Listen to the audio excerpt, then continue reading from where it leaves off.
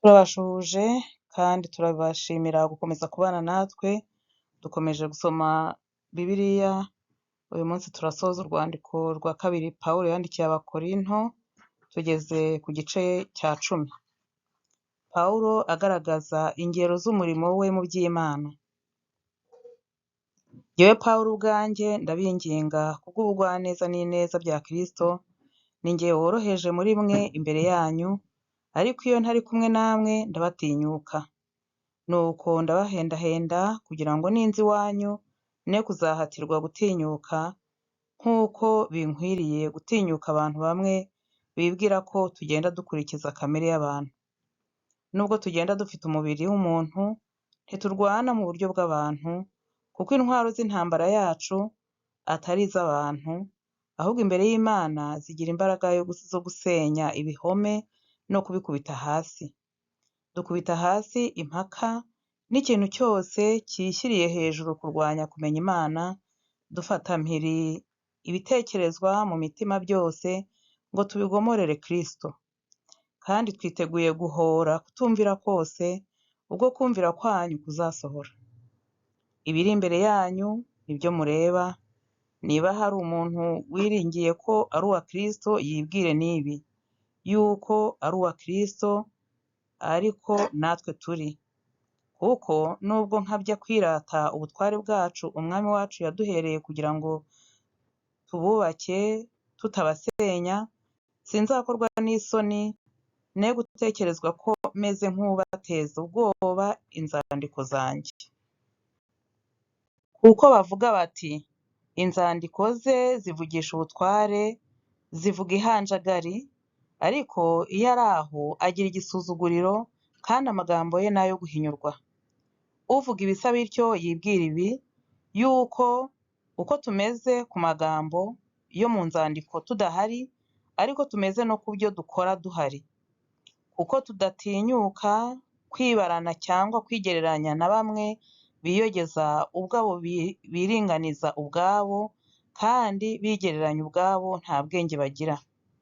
Naho twe ntitwirata kurenza urugero, ahubwo dutekereza urugero rwacu ko ruhwanye n'ingabano z'aho Imana yatugereye ngo tugere no kuri mwe.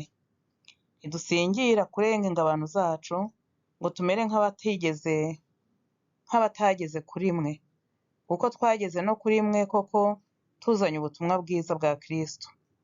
Ntitwirata kurenza urugero, ntitwirata n'ibyo abandi bakoze, ahubwo twiringiye yuko kwizera kwanyu nigukura tuzashyirwa hejuru ku bwanyu, ku byo twagerewe ngo twagurirwe kuvuga ubutumwa bwiza mu bihugu biri hirya yanyu, ngo twagurirwe kuvuga ubutumwa bwiza mu bihugu biri hirya yanyu. Si ukugira ngo twirate ibyo dusanze byiteguwe byagenewe undi, ahubwo uwirata niyirate Uwiteka, kuko uwiyogeza atari we ushimwa, keretse uwo Umwami wacu yogeza ni we ushimwa. Igice cya 11. Intumwa z'ibinyoma. Icyampa mukanyihanganiraho hato ku bupfu bwanjye. Nyamuneka munyihanganire, kuko mbafuhira ifuhe ryo mu buryo bw'Imana, kuko nabakwereye umugabo umwe ari we Kristo, ngo mubashyingire mumeze nk'umwami utunganye. Ariko ndatinya yuko nk'uko ya nzoka yohesheje Eva uburyarya bwayo, ko ari nako intekerezo zanyu zayobywa mukareka gutungana no kubonera bya Kristo. Kuko iyo haje umuntu ubabwira Yesu wundi tutababwiye, mukakira undi mwuka mutakiriye mbere, cyangwa ubundi butumwa mutemeye, mumwihanganira mubikunze. Ariko njye ko mutanyihanganira,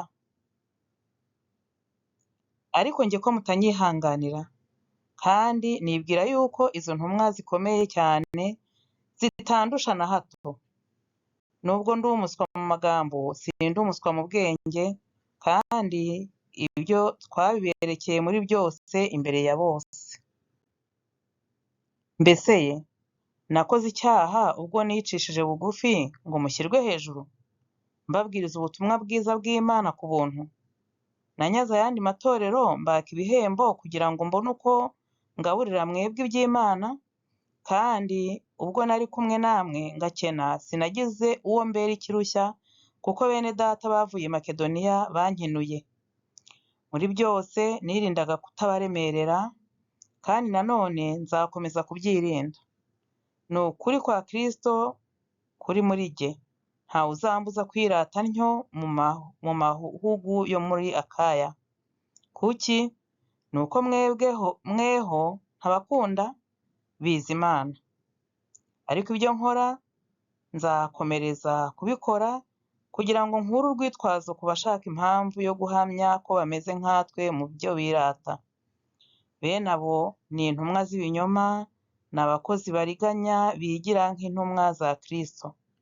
Kandi ibyo si bitangaza, kuko na Satani ubwe yihindura nka marayika w'umucyo. Nuko rero ubwo bimeze bityo, ntibyaba igitangaza kugira ngo abakozi be nabo bigire nk'abakozi bagabura ibyo gukiranuka. Iherezo ryabo rizahwana n'imirimo yabo. Icyo Pawulo arusha intumwa z'ibinyoma.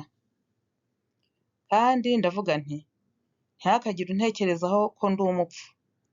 Ariko rero niba muntekereza mutyo, munyemere nk'umupfu, kugira ngo nanjye mbone uko nirataho hato.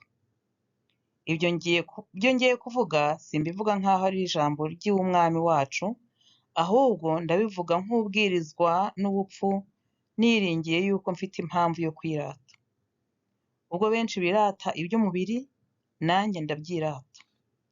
Mwishimira kwihanganira abapfu, kuko ubwanyu muri abanyabwenge. Murihangana iyo umuntu abahinduye imbata, iyo abamize, iyo abafashe, iyo yishyize hejuru akabakubita inshyi. Ibyerekeye ibyo bigawa ni koko twabigizemo intege nke. Nyamara icyo undi wese ahangara gukora, ibi mbivuze nk'umupfu, nanjye nagihangara. Ese abo si Abaheburayo? Nanjye ni uko. Si Abisirayeli? Nanjye ni uko. Si urubyaro rwa Aburahamu? Nanjye ni uko. Si abakozi ba Kristo bagabura ibye? Noneho ndavuga nk'umusazi. Ndabarusha. Mbarusha mu mihati, mbarusha gushyirwa mu mazu y'imbohe, mbarusha cyane gukubitwa birenze urugero. Kenshi nari mu kaga k'urupfu. Ibihe 5 Abayuda bankubise inkoni 39. Ibihe 3 nakubiswe inga. Igihe kimwe natewe amabuye. Ibihe 3 inkuge zaramenetse. Naraye imuhengeri nirirwamo. Nari mu ngendo kenshi, mu kaga gatewe n'inzuzi, mu kaga gatewe n'abambuzi, mu kaga gatewe na bene wacu, mu kaga gatewe n'abapagani, mu kaga ko mu midugudu, mu kaga ko mu butayu, mu kaga ko mu nyanja, mu kaga ko muri bene data b'ibinyoma, mu miruho n'imihati. Mba maso kenshi, ngira inzara n'inyota, nirirwa ubusa kenshi, nicwa n'imbeho, nambara ubusa. Ariko ne kuvuga ibindi, keretse ko hariho ikindemerera iminsi yose, ni uguhagarika umutima amatorero yose. Ninde udakomeye ngo nanjye mbe udakomeye? Ninde ugushwa ngo nanjye ndeke kugurumana? Niba binkwiriye kwirata, nzajya nirata iby'intege nke zanjye. Imana y'Umwami Yesu ariyo na Se, ishimwe iteka ryose, izi ko ntabeshya. Ubwo nari ndi i Damasiko, umutegeka w'Umwami Areta yarindishije umudugudu w'Abanyadamasiko ngo amfate. Bancisha mu idirishya ryo mu nkike z'amabuye ndi mu gitebo, ndahunga muva mu maboko. Igice cya 12. Pawulo yiratana ibyo yeretswe. Nkwiriye kwirata nubwo bitagira umumaro. Reka mbabwire ibyo neretswe n'ibyo nahishuriwe n'Umwami wacu. Nzi umuntu wo muri Kristo wazamuwe akajyanwa mu ijuru rya gatatu, ubu hashize imyaka 14. Niba yari mu mubiri simbizi, cyangwa niba atari mu mubiri nabyo simbizi, biza Imana. kandi nzi yuko uwo muntu niba yari mu mubiri cyangwa niba yari atari mu mubiri simbizi, biza Imana. Yazamuwe akajyanwa muri paradiso akumva ibitavugwa, ibyo umuntu adakwiriye kuvuga. Kubw'uwo muntu ndirata, ariko ku bwanjye sinirata, keretse kubw'intege nke zanjye. Kandi nashaka kwirata sinaba umupfu, kuko navuga ukuri. Ariko ndarorereye kugira ngo hatagira untekereza ibiruta ibyo andebana cyangwa ibyo anyumvana. Kandi kugira ngo ne guterwa kwishyira hejuru kurenza ibikwiriye, nuko nahishuriwe ibikomeye cyane. Nicyo cyatumye mpabwa igishakwe cyo mu mubiri, aricyo ntumwa ya Satani yo kunkubita ibipfunsi, ngo ne kwishyira hejuru kurenza ibinkwiriye. Kuri icyo kintu ninginze Umwami wacu gatatu ngo kimvemo. Ariko arampakanira ati, ubuntu bwanjye buraguhagije, kuko aho intege nke ziri ariho imbaraga zanjye zuzura. Nuko nzanezerwa cyane kwirata intege nke zanjye, ngo imbaraga za Kristo zinzeho. Nicyo gituma ku bwa Kristo nzishimira intege nke zanjye no guhemurwa, nzishimira n'imibabaro no kurenganywa n'ibyago. Kuko iyo mbaye umunyantege nke, ariho ndushaho kugira imbaraga. Mpindutse umupfu, ariko nimwe mwabimpase, kuko ibyari bikwiriye ari uko mba narogejwe namwe. Dore za ntumwa zikomeye cyane ntacyo zandushije, nubwo ntacyo ndicyo. Ni ukuri nakoze ibimenyetso byerekana ko ndi intumwa, bikorera hagati yanyu nihangana cyane, ari byo bimenyetso n'ibitangaza n'imirimo ikomeye. Ese ayandi matorero yabarushije iki? Keretse yuko ubwanjye ntababereye ikirushya, mumbabarire iryo futi. Pawulo aburira Abakorinto ngo batazabaho umugayo. Dore ubu ni ubwa gatatu nitegura kuza iwanyu, kandi sinzababera ikirushya. Si ibyanyu nshaka, ahubwo ni mwe ubwanyu nshaka, kuko abana badakwiriye guhunikira ababyeyi, ahubwo ababyeyi nibo bakwiriye guhunikira abana. Ku bwanjye nanezezwa cyane no gutanga ibyanjye, ndetse no kwitanga rwose, nitangira ubugingo bwanyu, nubwo uko ndushaho kubakunda, ariko urukundo mwankundaga rurushaho kugabanuka. Muravuga muti, ibyo byo niko biri koko. Ubwawe ntiwaturemereye, ariko wagize ubwenge bwo kudutegekesha uburiganya. Mbese koko hari ubwo nigeze ngira umuntu wese mubona batumyeho mbakisha indamu? Nahuguye Tito mutumana na mwene data wundi.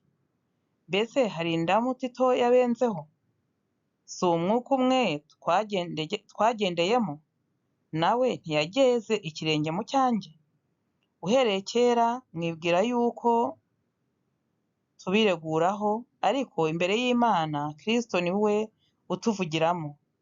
Nuko bakundwa, byose tubivugiye kubakomeza, ko ntinya yuko ubwo nzaza ahari nzasanga mumeze uko ntashaka, nanjye mugasanga meze uko mudashaka. Kandi ndatinya yuko ahari hazabaho intonganya n'ishyari n'umujinya no kwirema ibice no gusebanya no kuneguranira mu byongorerano no kwihimbariza ubusa no kuvurungana. Kandi ndatinya yuko ubwo nzaza Imana yanjye izongera kuncisha bugufi muri mwe, nanjye ndirire benshi bacumuye kera, ntibihane ibyonona n'ubusambanyi n'iby'isoni nke bakoze. Igice cya 13. Dore none ubu ni ubwa gatatu nzaza iwanyu. Mu kanwa k'abagabo 2 cyangwa 3 ijambo ryose rizahamywa. Nabivuze kera ubwo nabasuraga ubwa kabiri, nanone nubwo ntahari niko nkibivuga bitaraba, mbwira abacumuye kera n'abandi bose yuko ningaruka ntazabababarira, kuko mushaka ikimenyetso cyo kugaragaza yuko Kristo avugira muri jye. Kristo utari umunyantege nke kuri mwe, ahubwo agira ububasha hagati yanyu. kuko intege nke zateye ko abambwa, ariko none ariho kubw'imbaraga z'Imana izerekanira muri mwe. Ngaho nimwisuzume ubwanyu, mumenye yuko mukiri mu byo twizera kandi mwigerageze. Mbese ntimwimenya kandi ntimuzi yuko Yesu Kristo ari muri mwe? Keretse ahari mubaye abagabo. Ariko niringiye yuko muzamenya ko twebweho tutari abagawa. Nuko ndasaba Imana kugira ngo mutagira ikibi mukora, icyakora si ukugira ngo duse n'abemewe, ahubwo ni ukugira ngo mukore neza nubwo twasa n'abagabo. Kuko ntacyo dushobora gukora ngo turwanye ukuri keretse kukurwanira. Turishima iyo tugize intege nke namwe mukagira imbaraga, kandi icyo dusabira ni iki? Ni uko mutunganywa rwose. Igitumye nandika ibyo ntari kumwe namwe ni ukugira ngo nimpaba ne kuzaca imanza z'imbabazi nke, kuko nahawe ubutware n'Umwami wacu bwo kubaka atari ubwo gusenya. Ibisigaye bene data, murabeho, mutungane rwose, muhugurike, muhuze imitima, mubane n'amahoro, kandi Imana y'urukundo n'amahoro izabana namwe. Mutashyanishe guhoberana kwera. Abera bose barabatashya. Ubuntu bw'Umwami wacu Yesu Kristo n'urukundo rw'Imana no kubana n'Umwuka Wera bibane namwe mwese. Murakoze, dushoje uru rwandiko rwa kabiri rw'Abakorinto. Reka tuzakomeze ejo dukomereza ku Bagalatiya. Imana ibahe umugisha.